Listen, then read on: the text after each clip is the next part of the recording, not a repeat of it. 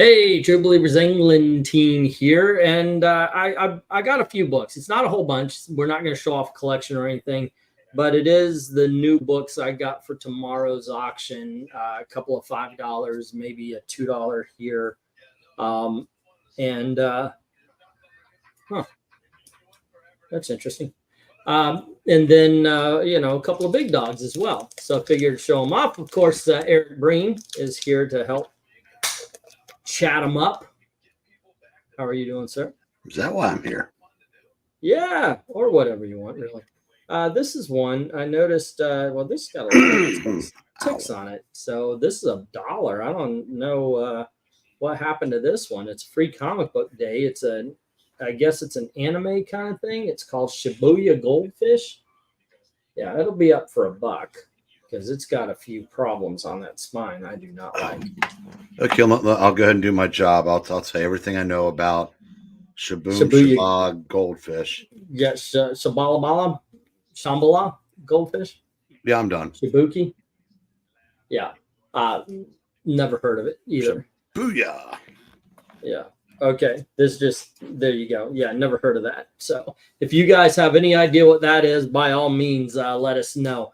That being said, I have been flashing in front of you guys for a while now, and nobody's. And we'd really like you to stop. Yes, of course. But what I have been flashing in front of you is a For Your Eyes Only #2. Nobody's bought, by the way.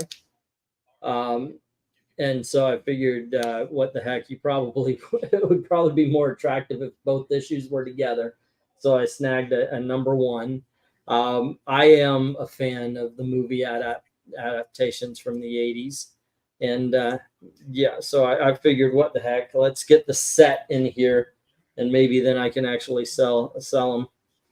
Let's see what else. Oh, and by the way, I've put them in order from what I thought was least interesting to most interesting. The only reason why that's the least is because I think I'm the only one that is interested in the movie adaptations. But you never know. There are people who are trying to cancel Neurotic Geeks and Gamers and other YouTube channels because the Acolyte got canceled. Yeah, that happens all the time. What's going to end up happening, of course, is that their viewership is going to go up. You can't cancel. You can't cancel people like that. You can't. People tried to cancel me.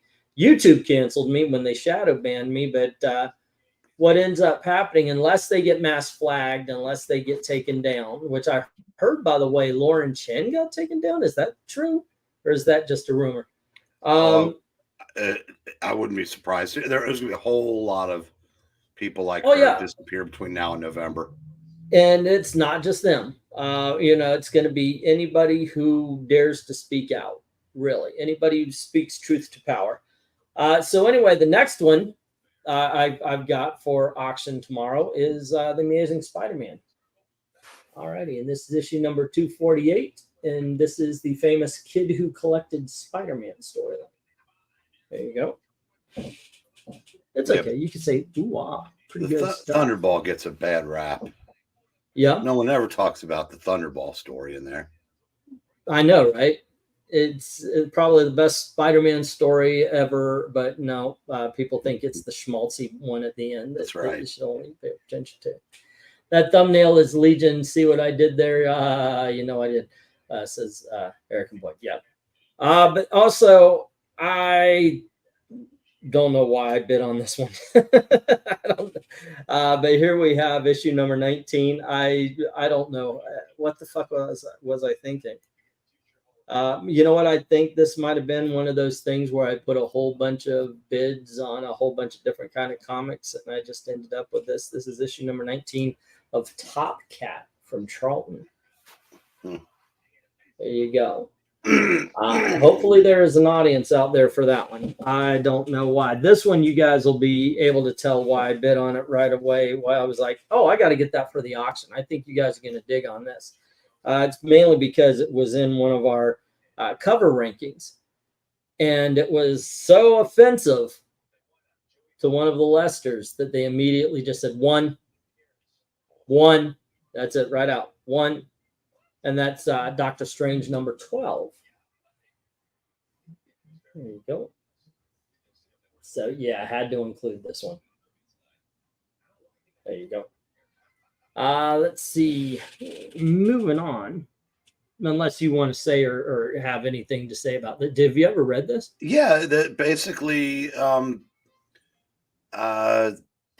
who is it? Eternity ends the Yeah. world. And Doctor Strange is the only one that knows it when he brings it back. It's Okay. Dalton and I disagree on that story. I thought it was awesome because it basically everybody was dead and then they all got brought back just as they were, but for that brief second, the world was over. Yeah. Okay. Is there anybody left in the chat here? Because I see it kind of stopped. I just want to know because in these days I'm afraid I zonk out and I'm talking to myself or anything anymore. Let's see. Next up from Marvel Comics again, we've got the first issues of Adventures on the Planet of the Apes. Nice. I don't think I've ever read this book. I read the magazine. I don't think I've ever read the comic book. Aren't those colorized stories from the magazine? Are they? They might be. They might be. But yeah, there you go. Issue number 1. This is a first issue of sorts, even though it says issue number 17. Not a book that Zach will be getting, although this is actually Luke Cage Power Man. Really? Just by how I described it, the first and still greatest black superhero of all, says the cover. Forgetting Black Panther, I guess. But there you go. This is the first time Power Man was mentioned on a cover. So this is the start of a new thing. They did that a couple of times. Heroes for Hire, Luke Cage. I think it was Heroes for Hire, then Luke Cage, Heroes for Hire, then Power Man. I love the Saturday morning POA. It ran 1 year. POA, what? Oh, Planet of the Apes. Oh, okay. There you go. But there you go. Yeah, this is the first time Power Man is on the cover. And yes, that kind of makes it a big dog. I see it on, I checked all these out on eBay and was kind of surprised at that. Really? That's okay. That's what people are going for. He fights in that, don't you? Who he fights in this? Iron Man. Oh, it does say that right there too. Guest starring the armored might of Iron Man. Yeah.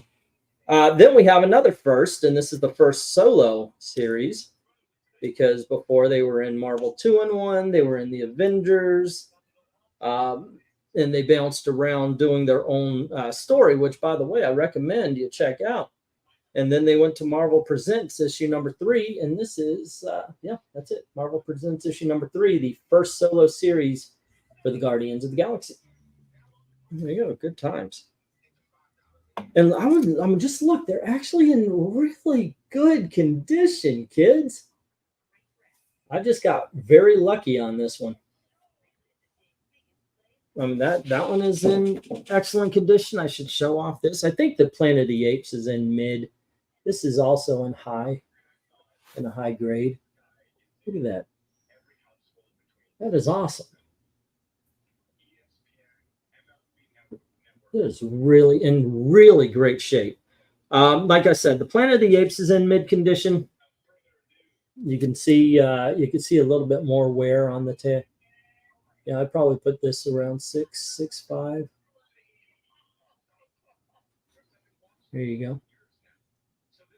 But yeah, excellent stuff. Excellent stuff.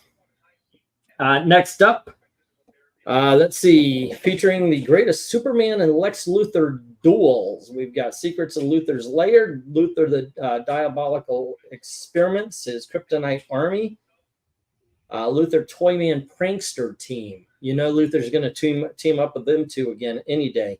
But this is 80-page giant number 11 featuring Superman. There you go. Once again. That's cool. Once again, I would like to point out the condition. There you go. Little different there. No problems with the spine that you normally get. A little miscoloration, but actually right there on the bottom. There's a touch. You can see right there. I don't know if it's going to focus in, but there you go. but still awesome. But this one's in better condition. This is let's see, The Army That Conquered Superboy, featuring Superboy and Crypto's most terrific battles. Crypto versus the Superhound of Hate. He's even got a skull and crossbones. And the duel of the Superboys. This is 80-page giant, the Superboy 138.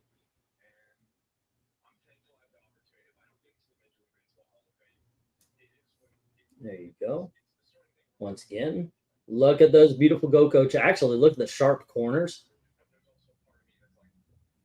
Good colors. This is in great condition. This is the one that really impressed me, though. It's another Superboy. But the thing is one thing anybody who buys a lot of comics will tell you, it is hard, so hard to get a black cover from Silver Age not to have about 1 million cover ticks in the whole 9 yards. So when you can get a hold of one, do, because I mean, they're pretty easy to mess up. All right, in this case, we've got Superboy number 140. And I'm just going to run this down here. So I can show you guys off what I was saying. Place your bets, gentlemen. The house is betting 10-1 that Superboy can't escape that kryptonite trap. And time to save the train. Dun, dun, dun. That's a very Silver Age kind of adventure. Meet the lucky Lucifer, the gambler who never loses. Why not just use the gambler? And there you go. So that's Superboy 140. I remember Superman versus Muhammad Ali. Man, I wish I never got rid of my copy. Of all the books that Eric talks about, well, I wish I didn't get that. That's the one for me. I wish I never got rid of my copy. Let's see. They just did a facsimile of which one? Superman Muhammad Ali. Oh, okay. They just did one, huh? I got to find that. Alrighty. Next up, we have issue number 203 of Superboy, starring the Legion of Superheroes. There we go.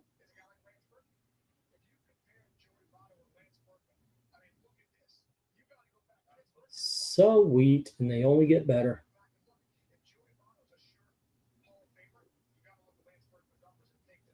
A little trouble right here. You can see. There you go. And on the bottom corner. Okay. And next up, we have issue number 198. I'm telling you, man, these are in good shape. This one is definitely in some decent. I'm very much used to buying a collection, and then they come in and it's like, okay, well, that was less than what I thought it was going to be, and it's never like this.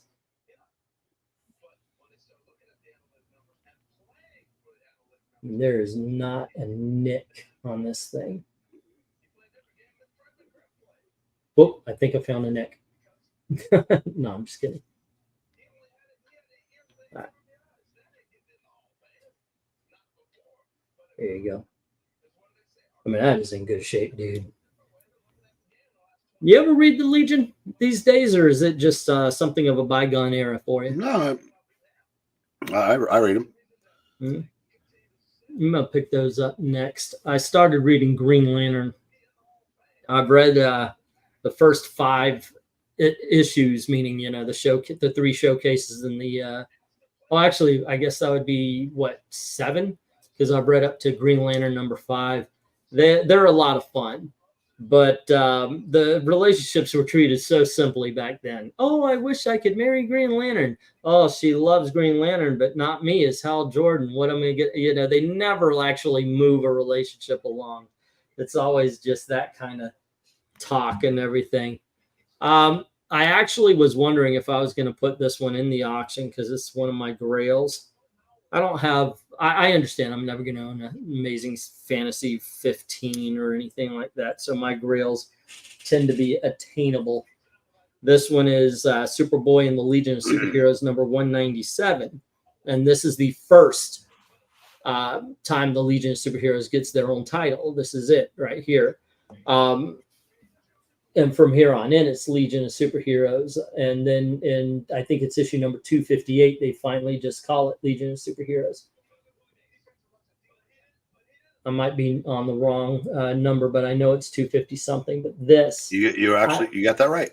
okay, I've never seen this book in this great shape before.